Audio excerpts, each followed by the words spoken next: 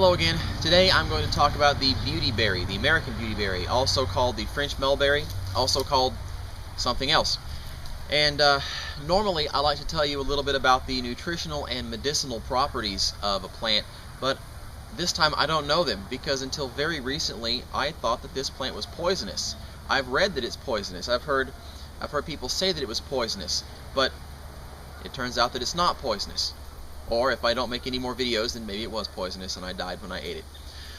But I don't believe it's poisonous. It certainly looks poisonous with its bright colored clusters of berries, but you'll see that as we get there.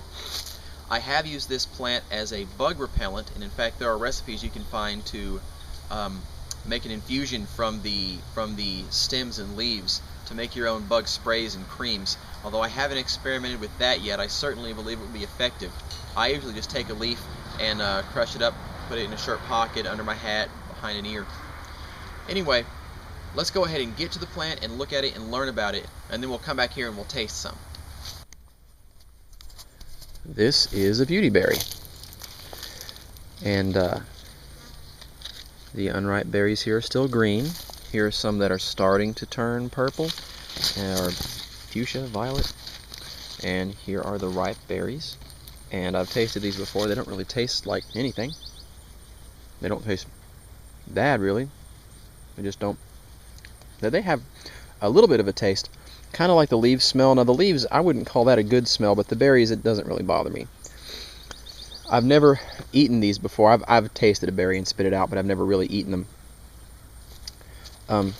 But I have used the leaves for insect repellent. These are excellent insect repellent. You can crush them up, put them behind your ear or under your hat, or in a pocket, or stuff it up a sleeve. And I've had a lot of success with that. I haven't really tried it against ticks. I suppose you could stuff it in your socks. I don't know if it repels ticks or not, but it'd be worth checking out. Okay, here's how we identify the beautyberry plant. The leaves are opposite, and they kind of have this back and forth opposite pattern. If you can see here, they'll have a pair that's opposite going this way and then move a little further up, and they're rotated 90 degrees, and they come out again, then up, rotate 90 degrees, and they come out. The leaves are this, what's the name for this? Anyway, it's this shape right here.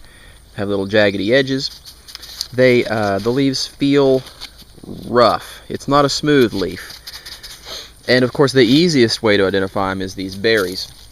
Of course, those berries are not there all year, so I recommend getting a leaf out when you see the berries and you can identify it. Get one of the leaves out and kind of crush it up and smell it.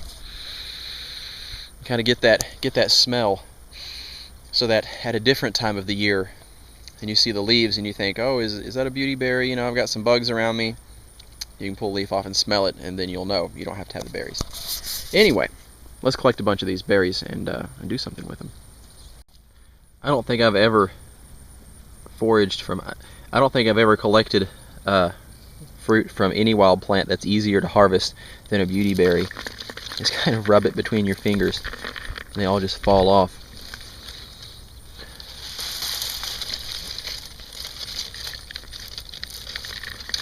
I don't want to get those unripe ones. Just give it a little rub and there it goes. I've heard these described as squirrel fast food, that they'll take a whole branch up in a tree. Haven't witnessed it myself. I'll definitely save some of these to see if I can plant some, plant them and grow some in my yard. That would be nice. There are a few different varieties of beautyberry. This is the American beautyberry, at least I'm pretty sure it is. I think it's also called the French mulberry, and I don't know why. There's a Japanese beautyberry. Wow, these are plentiful. They're easy to spot, and they're easy to get off the plant. Just all around, easy peasy, beautyberry squeezy.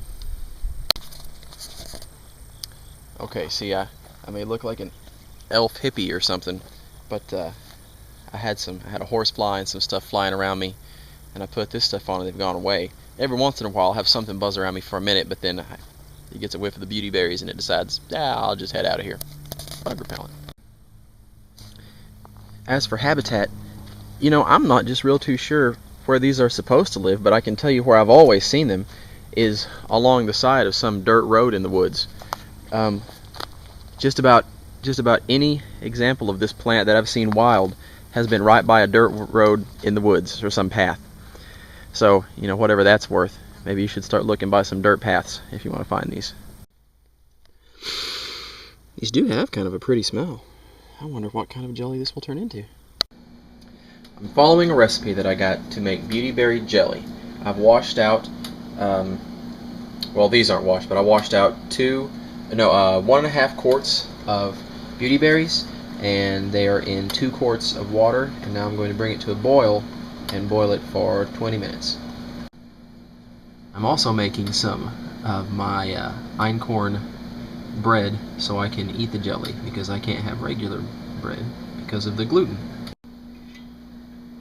Okay, this is done, and it smells pretty good. And one place for that. And I'm going to strain it over here. Okay, here's this. It says to use 3 cups of this, which I am, and then 4.5 cups sugar, which that seems pretty thick, and then 1 envelope of that Sure Gel. So let's try that out. I'm not sure how I'm going to get 4.5 cups of sugar and 3 cups of liquid. Look at this. Look at that color. That looks beautiful. It smells pretty good too. I'm kind of excited. This might be one of those wild foods that actually tastes good. So that's exciting. Now I got my jars and lids ready, so I'm pouring it in and sealing them up. Okay, here I am with my my homemade einkorn flour bread with some beautyberry jelly. The jelly didn't actually gel very well, but it still goes on the bread. It smells fine. It has a different smell, not like anything I've ever. I mean, not like normal foods that you would smell. Not bad. It's just it's hard to describe. I can't think of a really good word. And then there's an unusual taste. It's a good taste. Again, I'm not sure what to compare it to describe it to you. Very sweet with the sugar, but it's a very unusual jelly flavor. If you pick this and make the jelly, you will have a jelly that no one else around you will have. You can't go to the supermarket and buy it. But it's a pleasant surprise when I find a new wild plant and it actually tastes good. And just in case you were wondering, this isn't my first piece either. I've ate some more of this before and it didn't make me sick. A friend of mine ate some and we felt fine. Although with any wild plant, you should definitely go easy when you start to make sure that you don't have, just you yourself, a particular reaction to it. Anyway, happy eating, and see you next time.